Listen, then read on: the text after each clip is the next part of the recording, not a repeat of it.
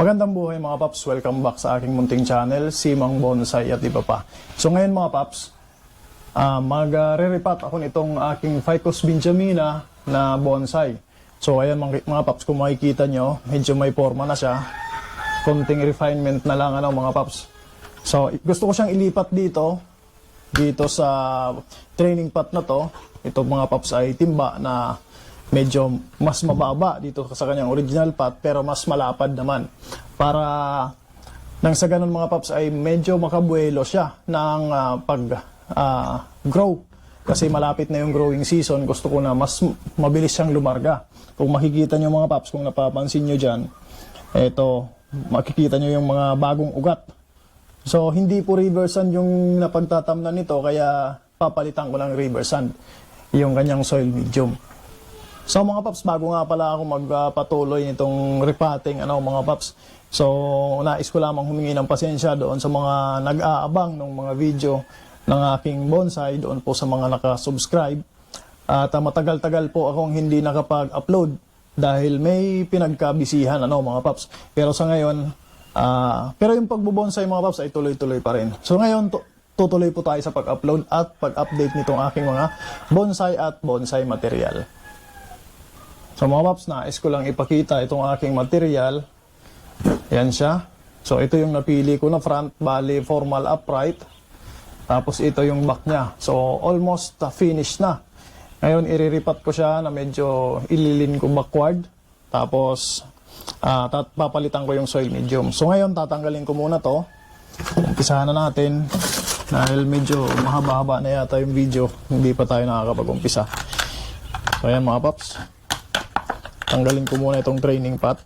Papalitan ko ng mas malaki, mas malapad pero mas mababa. Kasi magandang ngayon, malapit na mag-summer. So growing season na. So ito nga pala mga paps ay dinidisplay ko na rin dahil malapit na rin matapos. At medyo may forma na rin. So para na din mas maganda at mas malinis itong training pot niya, papalitan ko ng training pot.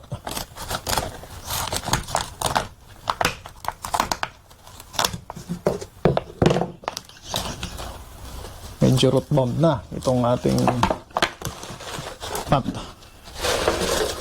So ayan mga paps, kapag ganyan na nakuha mo ng buo yung soil niya, ibig sabihin root bound na yan. So magbabawas tayo ng soil, pero hindi ko mga paps uubusin Tanggal muna tayo nitong weeds. Tingnan natin.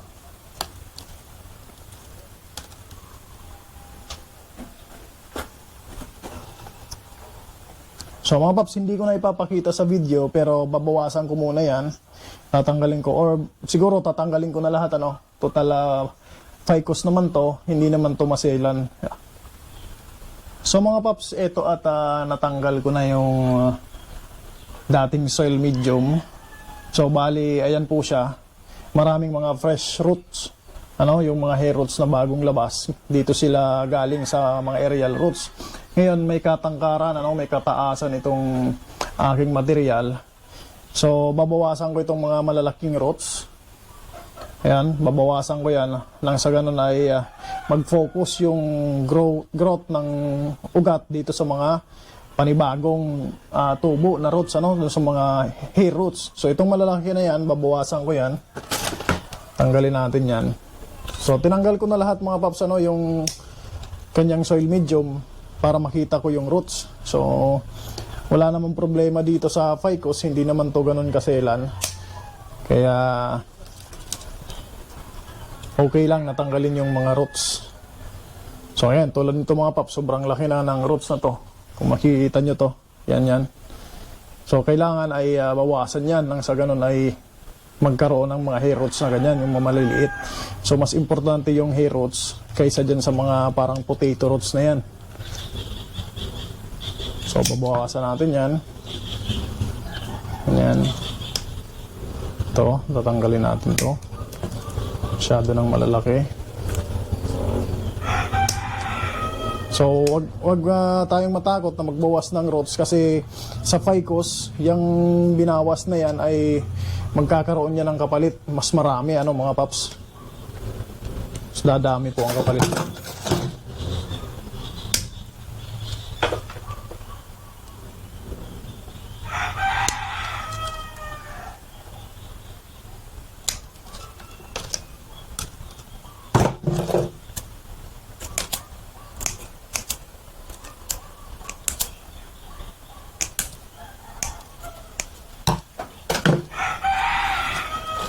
So ayan mga paps, yan po ang natira. So plano ko sanang bawasan dito nang bumaba siya ng konti. No? Pero sa tingin ko ay pwede na rin yan. So pag ganyan mga paps na medyo matangkad yung material, mas maganda na mas malalim yung pot na gagamitin natin para maibao ng maigi. Ano? Kasi kung mababaw, halimbawa, ganyan lang, makikita mo, sobrang tangkad, parang pwede na rin. Actually, pwede na rin. Pero mas maganda kung medyo nakabaon siya. So, yan mga paps. Ipiprepare ko lang itong paglilipatan ko na paso. So mga paps, ito yung pot na gagamitin ko. Meron na po yung mga butas. Yan, ginawan ko siya ng ganyan. So mas maganda yung ganitong training pot para sa akin mga paps. Ano? Ito yung timba na galing sa na ginagamit sa construction. Galing sa mga hardware. So nilagyan ko ng butas. Tapos ito yung ginagamit ko na training pot. So maganda to mga paps kasi medyo matibay. Ayan. At saka yung butas niya ginawa ko parang screen na din. So di na ako gagamit ng screen. Ayan, lalagyan ko muna ng securing wire para ma-secure yung material natin. Hindi siya gumalaw-galaw.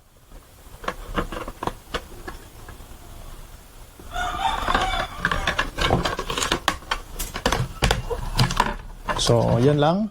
Bali, isang wire lang. Mamaya, ipupulupot ko na lang yan doon sa kanyang main trunk.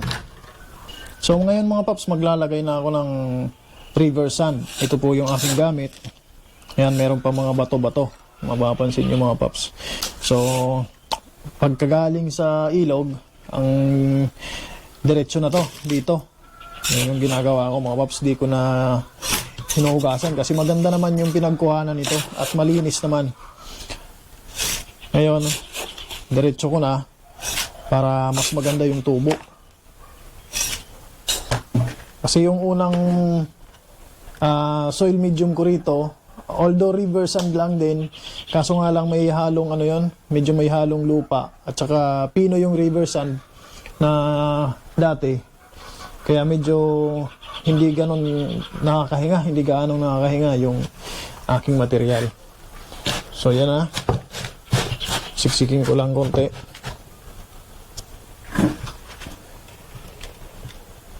Yan. Mamaya isasaayos ko itong mga aerial roots para magsilbi siyang nibari pagdating ng araw.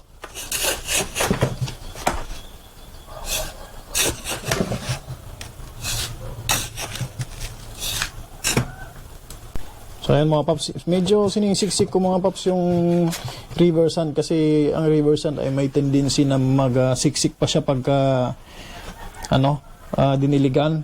So magiging maluwang o gagalaw-galaw yung ating material kaya dapat nasiksik So ito yung front na napili ko. Ganyan. So mamaya isasaayos ko tong mga aerial roots na to. So, sisecure ko na siya mga paps. Ang gagawin ko, ipupulupot ko lang ito. Kasi walang mapag-securean. Ngayon, pupulupot ko siya sa trunk.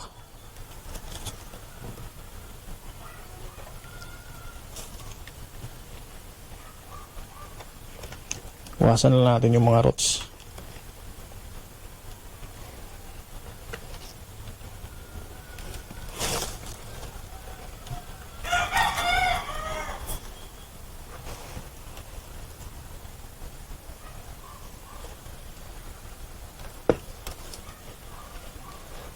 Isa sa magandang karakteristik ng ficus mga paps ay yung mga aerial roots.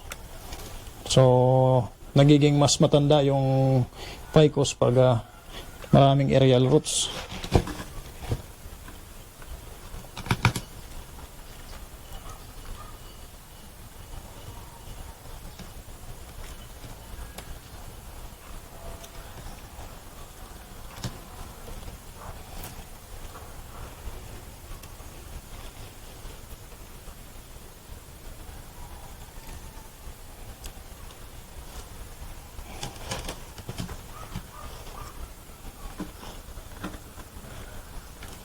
So ayan mga paps, nakasecure na.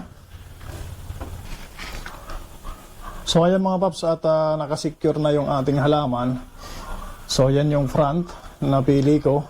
Kung mapapansin nyo, nakakatayo siya kahit wala pang soil. Hindi pa napupuno ng soil yung ating pot. So ngayon, pupunaan ko na po yan. At habang pinupunuan ko ng soil medium yan, isasaayos ko na rin yung kanyang roots.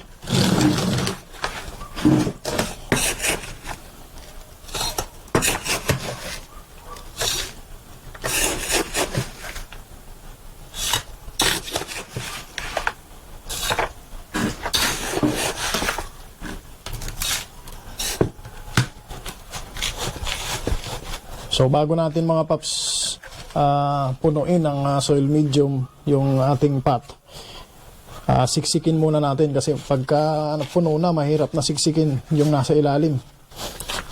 Kahit pag gumamit tayo ng chopstick. Kasi pag hindi natin siniksik, tapos nagdilig tayo, for sure, yung ano yan, maluwag. Yung buhangin. Kasi buhangin po yung ating gamit na soil medium.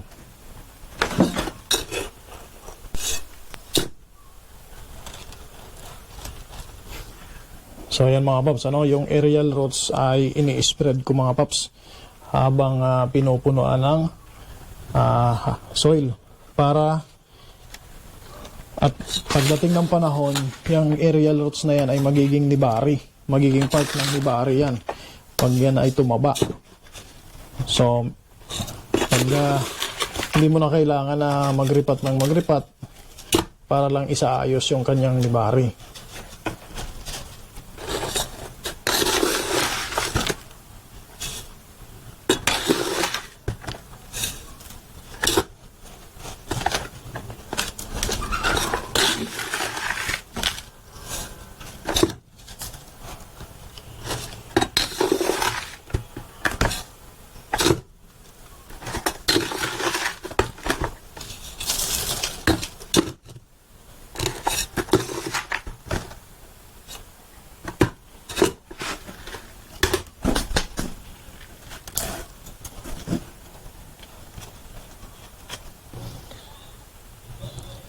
So mga paps, ayan at napunuan ko na yung kanyang pot. Napunuan ko na ng soil medium. So ayan, matibay kasi mayroong securing wire. Ngayon, natanggalin ko lang muna itong mga aerial roots na medyo patay na or hindi sa magandang pwesto. So yung iba na yan, okay na yan. Ayan na po siya. So ito yung front, mga paps. Tapos yan yung back. So pwede nang pang display ito. Ngayon mga paps, meron ditong isang branch na medyo kailangan ng wiring. I-wire ko muna to bago ko ibalik sa kanyang display area. Tingnan natin. So gusto kong i-wire ito mga paps. Kung nakikita nyo to, yan. Bababa ko lang ng konti. So, i-wire ko muna.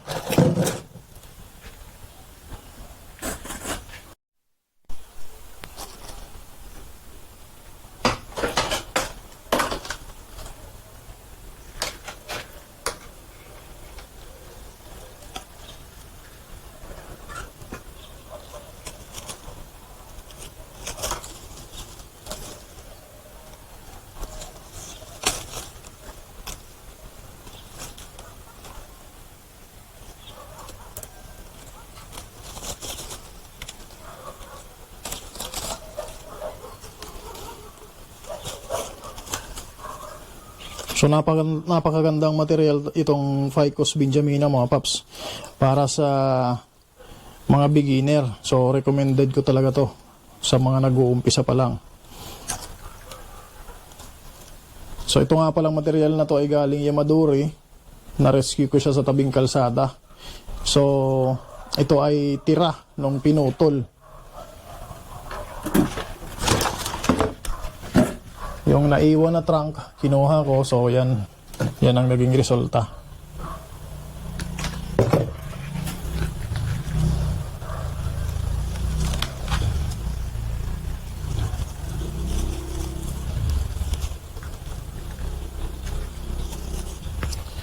So kung mapapansin nyo mga paps, isang wire lang yung ginamit ko. So kailangan ko siyang doblehin kasi medyo malaki na yung branch.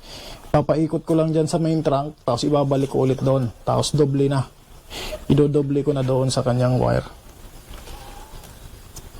Ganun po yung ginagawa ko para tipid sa wire. At saka kung walang malaking wire, yan, dinodoble ko.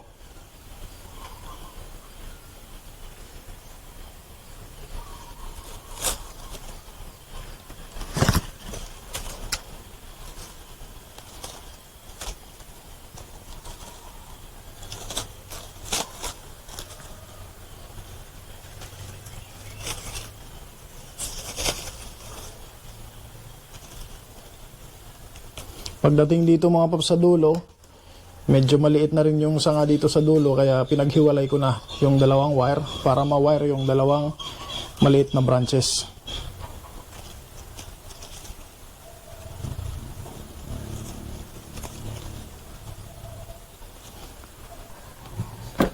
So yan na siya mga paps, ibababa ko ng konti itong sabi ko na branch. So kung mapapansin nyo mga paps, ayan siya. Dahil nag-repot tayo, nagbawas tayo ng roots, medyo babawasan ko rin ng konti yung kanyang dahon. Pero konting-kunti lang. Pero hindi naman to ganun kaselan. Kaya actually maselan to kumpara sa ibang Ficus. Kaya medyo pag magka-cutback po tayo, wag nating uubusin yung dahon. Lagi tayo magtitira. Kasi nagda-dieback yan pag wala ng dahon. So, babawasan ko lang mga paps yung mga dulo para magkaroon na rin ng backbudding. So hindi lang dahil sa nag-repot tayo, para na rin magkaroon ng backbudding. Ito, dapat na i-wire din pala to. Isa na to. Sige lang, okay lang yan. Susunod naman. Bawas lang tayo ng konti. Yung mga dulo lang mga paps, yung tinatanggal ko.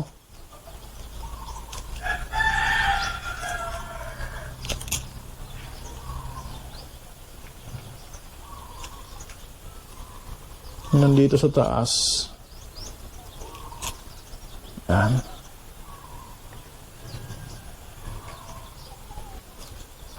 So sa tingin ko okay na yan.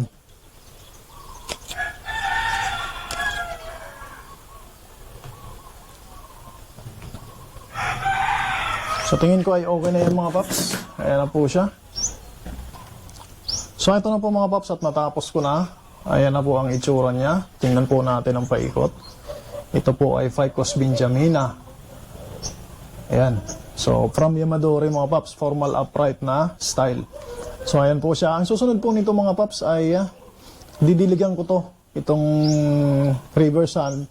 So although medyo basa na yung river sand kasi medyo maulan, didiligan ko pa rin siya para siksik ng maigi yung river sand. So tapos pwede na i-display mga paps, pwede sa labas, pwede rin sa loob, pero mas maganda doon sa naaarawan siya. Ayan na po siya.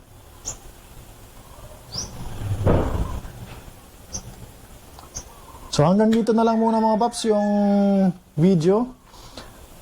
Sana po ay nagustuhan nyo. At kung gusto nyo pang mapanood yung mga updates at ibang video na i-upload tungkol sa pagbobonsai, iimbitahan ko po kayo na mag-subscribe doon po sa mga hindi pa nakapag-subscribe, ano mga paps.